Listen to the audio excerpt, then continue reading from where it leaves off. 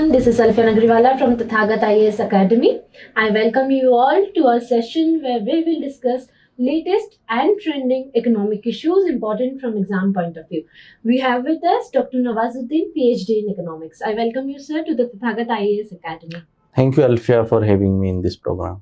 So, in our last interview session, we already discussed some recent trends related to inflation like wholesale price index and consumer price index. So do check the video for understanding it better. Without wasting any time further, let's begin with today's session. So my first question to you, sir, as we see the recent development, the latest GDP data is out and the government is claiming an increase in GDP collection. So how do you look at this data, sir?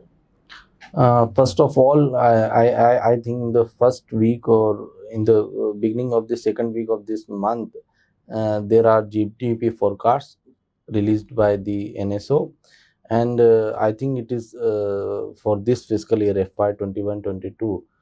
The prediction is about I think 9.2 or 9.3. I don't know the exact figure, but the issue is that yes, 9.2 appears to be a very good. 9.3 appears to be very good, and this is the estimations are based on the basis of first 9 months of the this fiscal year, but we are still left with the 3 months. Okay, so that is the important part, because already the concerns regarding the Omicron is increasing. Okay, and we are left with 3 more months to with this fiscal year FY 21-22. So what will happen in the upcoming months? It will decide about what is going to happen with the GDP. Okay, so that is the one thing. The number 2 point I want to make in this regard, the question you have asked about the GDP and the claim of the government that we are in the recovery phase. But look at the some other indicators.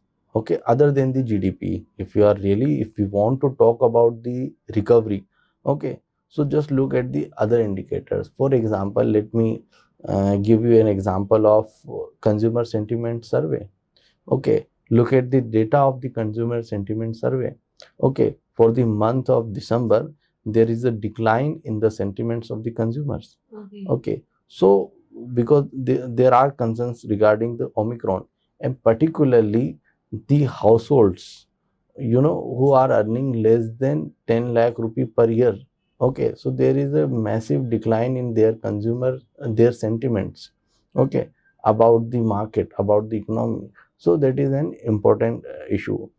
Again, I would like to say that the segment who have recorded good consumer sentiment for last 2-3 months, okay, so these households are rich households, okay, who have got benefited out of the massive kind of vaccination program, who got benefited out of the relaxation in the travel restrictions in hotels and tourism and the entertainment industry. So these are the segment they got benefited. So that is why they are spending too much, they are releasing their demand. Okay, so that is why, because of that segment, we have recorded good consumer sentiments. But when it comes to the larger population of the country, okay, who earns lesser than 10 lakh rupee per year, okay, so there is a decline in their sentiments, and it worries me. And even in the GDP data itself, if you look at the GDP figures, if you look the breakdowns of the GDP, so there is a sluggish growth in terms of the consumer demand. Okay, the consumer expenditure, the demand portion of the GDP is not increasing. Okay, so that is also worries me a lot, that while we are expecting GDP to grow by 9.2 or 9.3, I don't know the exact figure in this FY 21-22, but the component of the GDP is not appears to be good. Even particularly one more concern is that the 9.2 and 9.3, the figure is because of the low base effect. Okay. Because of the low base. Okay, so it is the effect of the base. Okay, because if you look at the projections of the World Bank, Okay, even if you look at the projections of the United Nations, okay, about the GDP of the world and particularly about the GDP of India. So in the fiscal year to FY22-23, FY23-24, they are expecting India will grow by 5.8 or 6%. Okay, so currently we are forecasting the GDP growth by 9.2%, but when the base effect will be removed, okay, the base effect will be wiped out, okay, so then we will grow up around 5.8 or 6%. That is the agencies of the world are saying. This is not my estimate. So that is, cause of concern. This is the reason we should worry about that. Where we are heading, okay, will we be in a trap of, in a trap like where we will grow by 5 or 6%? Okay, we have potential to grow by double digit growth. Okay, but the estimation, the forecast for 2022, 23 and 23, 24 is around 5.86%. So that is a, kind of big worry. Yes. Okay, sir, you really explained it well. Talking about the recent inflation figures that were released, I guess, around in the second week of January, Yes. like very recently. So, as per you, what would be the stand of RBI like in terms of policy rates, repo rates, bank rates? The answer of this question is related to the first question, that GDP figures and the remaining 3 months of this fiscal year, and then the danger of the Omicron. Okay, so it is all related, and you are asking me to speak on what will happen in case of the MPC, what MPC will decide about the repo rates and all. So in this month, on because the NSO releases data on inflation on 12th of every month for the CPI, I think, and on the 13th or 14th of the every month on the WPI. So there are two trends I have particularly noticed about the inflation, the latest inflation figure.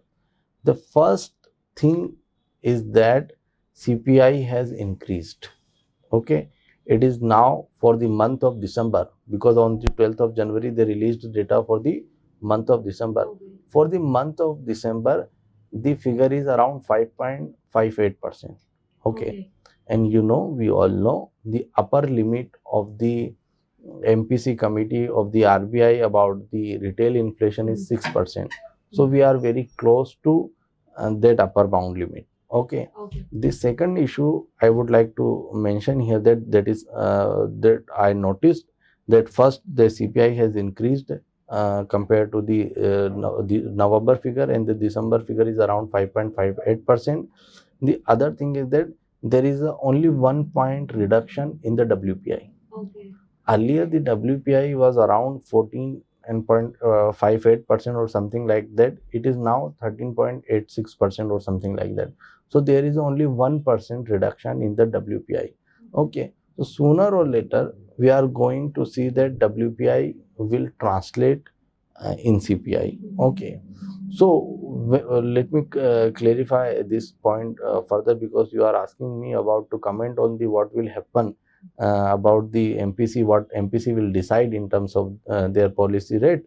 So the mandate is that if the retail inflation will exceed the figure of 6% for 3 consecutive quarters, then it would be, kind of a sign where the RBI should step in, okay, for 3 consecutive quarters. So first of all, in this month only, the figure has not crossed the 6% limit. It is around 5.58. So we are again under the limit. Okay.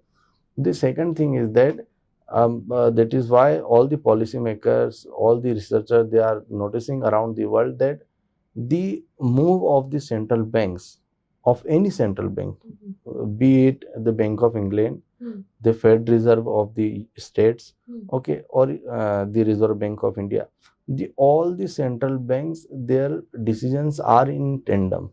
I'm Okay. not suggesting that they have some certain kind of action. I'm not saying that, but it has been noticed that the policy direction, particularly about their base rate, they all are moving in the same direction.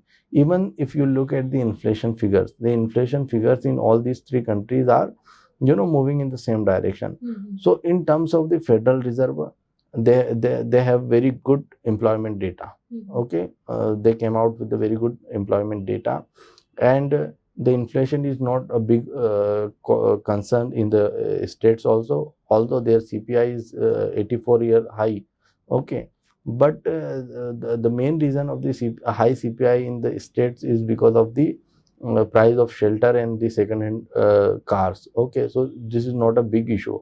So the Federal Reserve is going to normalize their policy rate. They are going to increase their base rate in their upcoming review. In case of Bank of England, the UK has already surpassed the peak limit of the Omicron. Okay. So they are also going to normalize. I expect, and everybody expecting, that Bank of England is also going to normalize. So now coming to your question, that what will happen in case of the RBI. So first of all, it will depend on the inflation data of the upcoming months. Okay, on the basis of this release of December, the 5.58 figure of the inflation, we cannot say anything because it is still under the limit, the upper bound limit. The second thing is that we have not affected yet by the Omicron. Okay, so how the Omicron is going to affect? There are three stakeholders. One is the Omicron. The second is the government. How the government is going to react in terms of the lockdown? Will there be the similar kind of the stringent lockdowns we have seen in the past? How the state governments is going to respond? Okay, and the third thing is that how the RBI is going to respond. Okay, so the response of the RBI will depend on the economic activities. Okay, so I think in the February, the MPC review meeting is scheduled, and that is my opinion. In my opinion, they are going to hold their current policy rate, the repo rate. I think it is around 4%, so they are going to hold. Okay. Yes. Okay, so sir, you just mentioned that the NSO has released some data regarding the GDP, the increment in the GDP, and of course the threat that is due to the Omicron variant. Yes. So, how do you connect all these development? What would be the stand? What do you see? So let me answer your question with the fact that, okay, till we will not see good recovery in terms of the employment, till we will not see that employment started growing, so we should not say that we are going we are recovering from the past phases. Okay, and why I am saying all these things, that because we have already seen the jobless growth since the 1991. From last 6-7 years we are witnessing job loss growth. Okay, we have we have witnessed in the PLF data, periodic labor force survey data, that there is a massive decline in the labor force, the people who are seeking jobs. Okay, there is a new data that we have seen that women participation, labor force participation is keep declining, and particularly women stopped looking for the job. So in such a scenario, when the people are not returning at their workplaces, and women have stopped looking for the work, so in all these scenario, I cannot see, or I do not find any reason to say that we are recovering. And particularly you mentioned the GDP data. I am already explained that just look at the any other indicator other than the GDP. Okay, I have given example in detail about the consumer sentiments. Okay, so there is a decline in the consumer sentiments of such a large pool of the population, the people who earn less than 10 lakh. So in India we have seen that only 1.02% households earns greater than 10 lakh, and after the pandemic the same share has been declined to 0.5%. Okay, so such a massive, such a large pool of the household has been hit by the pandemic, and there are expectations that in future there will be 0.6% of the total household they will earn more than 10 lakh. Okay, so what we have seen 1.02, and even when the things will be normalized, the 0.6% people will earn, the households will earn greater than 10 lakh rupees. So if we, so my argument is that if we start looking at the alternative figures, the alternative indicators, Okay. even in case of the IIP, look at the figures of IIP. Okay, you will see that the IIP figure is not something what the GDP is saying. All these Okay. things is important. Okay, okay. So another recent development is the release of data related to the GST collection. So there has been an increment in the GST collection as the government claims. So how do you look at these data? The GST data, I think, if that is true, whatever the claim of the government, that there is an increment in the GST Yes. collection. If we look at the monthly GST collection data for the October, for the November, and for the December also, that yes, there is an increment, and that is the good sign. But again, if we have to, if we will break the GST figures, okay. Now, let me explain it. For example, when the GST was released, okay, in the first 7 to 9 months, okay, the growth was good, and later on the growth in the subsequent year, the growth in the GST collection was around 6.2%. Okay. Then pandemic hit us, okay, and then GST collection, okay, the in percentage of the GDP, okay, it went down to around 5.8 or 5.2%. Okay, now again for this year, because we have only 9 months data, this year again the GST, the collection in terms of the percentage of the GDP, it is around 6%. So what such trends tells us? All these trends telling us that the GST, after the implementation, 3 or 4 years of the implementation of the GST collection is not surpassing the 6.2 limit. Okay. What GST collections have already achieved in 2018-19. So after 3 or 4 years, so we have to think about that, what we have aimed in terms of the GST and what we are achieving. We are not achieving the 6.1% limit. Okay, we are not surpassing the total GST collection. Okay, another important thing is that if you will look deeper into the data of the GST collection, first there are 4 parts of the GST. The first is the central GST. If you look at the any bill, the state GST collected by the states.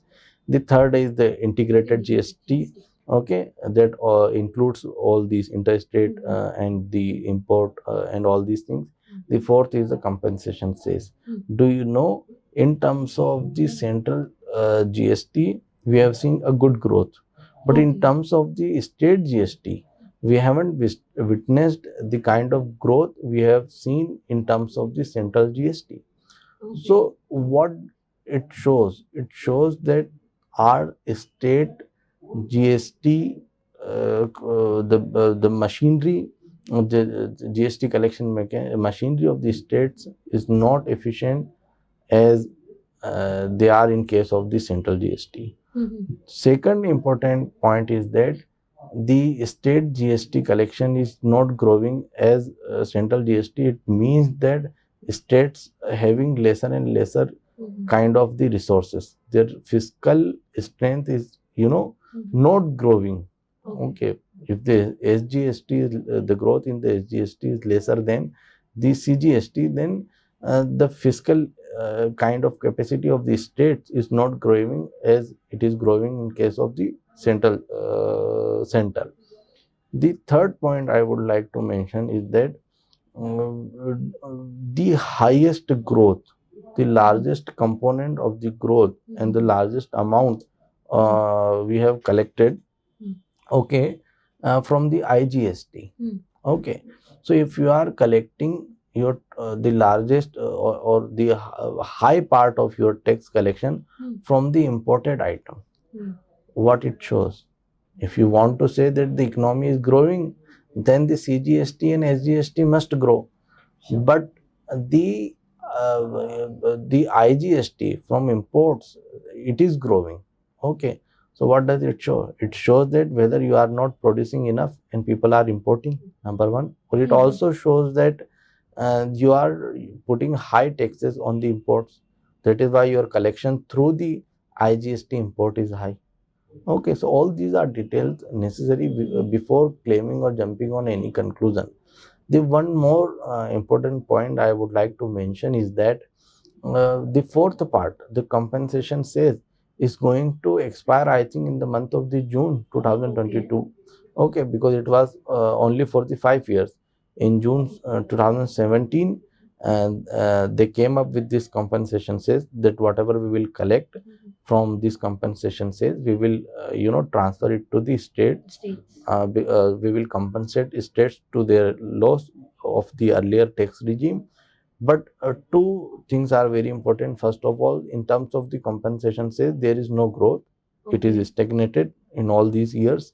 The second thing is that the compensation says is going to expire, okay, in this year only, in 2022, and the states are demanding that this compensation says should be extended, because particularly because of the corona. Even before that, the fiscal capacities of the states, it is coming down day by day. They are left with the lesser and lesser options. Okay. So a slightly different question for you, sir. Yes, please. The most important development of of last month, or let's say of last few days, the government acquired some major stakes in Vodafone Idea. So, what do you think of this recent development, sir? The okay.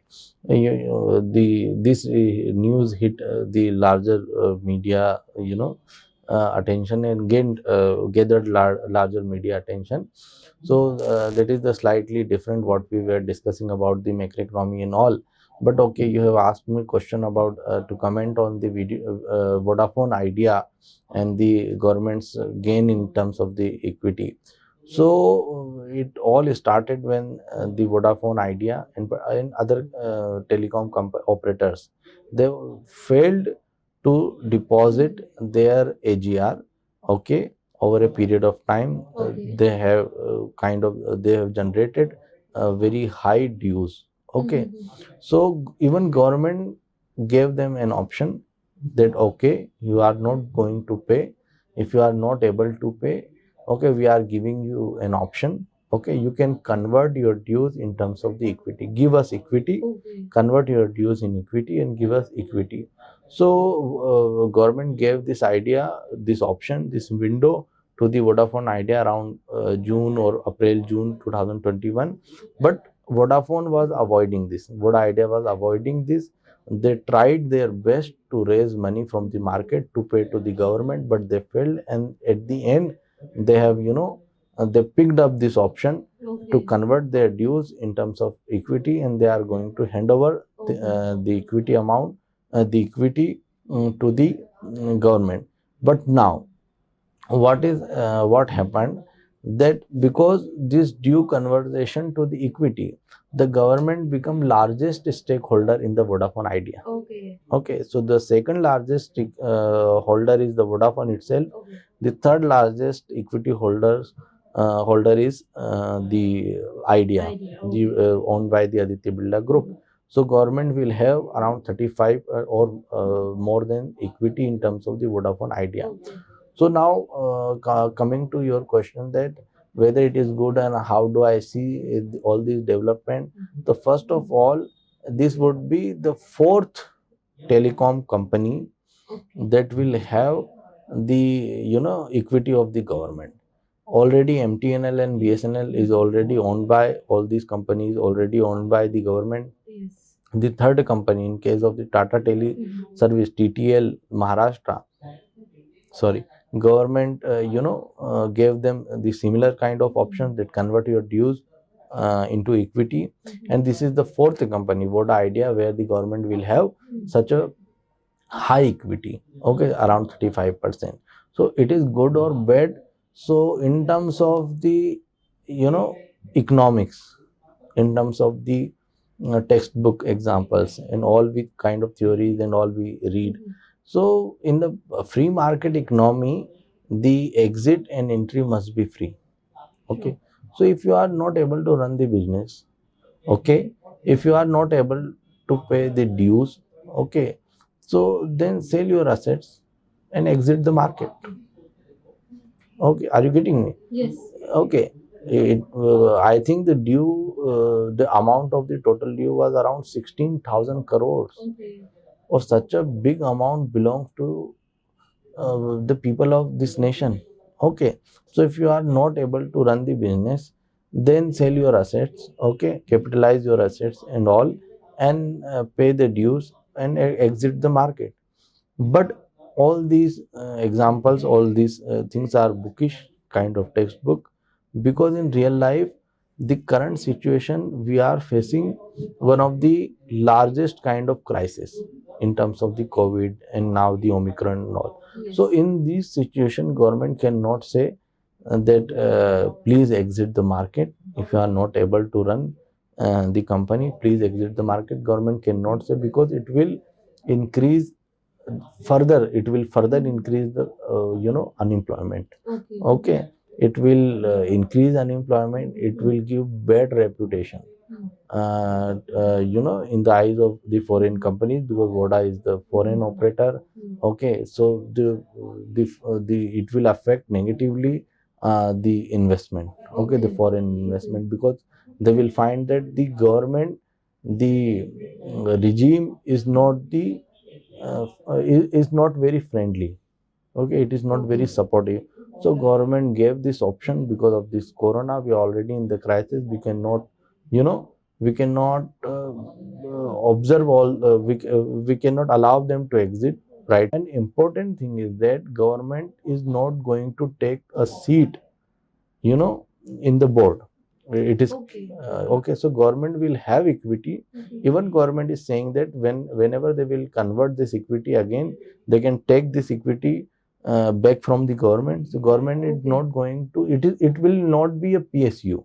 Okay. There are rumors that it would be fourth company that will be owned by the government, but the CEO itself, Voda Idea CEO Ravinder Takkar, he himself clarified, the government clarified that we are not going to run the company. The existing board will run the company. Okay, so it is kind of the arrangement, I must say. Okay. And one important point is also that I don't know how much it is related to your question, but I would like to comment on this issue, that as I said, the entry and exit must be free. Okay. Yes.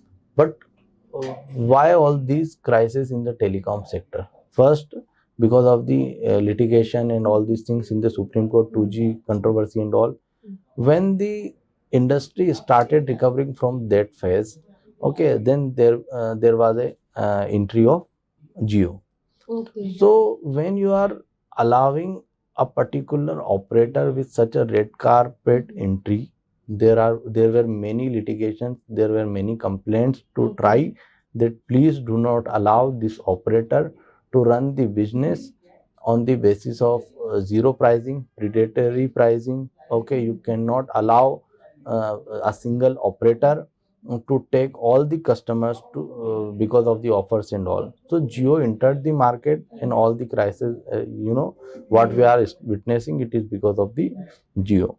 So you should not allow a company to run the market on its own terms and condition. Okay. So what we are observing, it is the effect, and that is not my personal opinion. Okay. Go and check how many times the other operators complained to the Try about this, but Try ignored, and what kind of appointments took place in terms of the Try.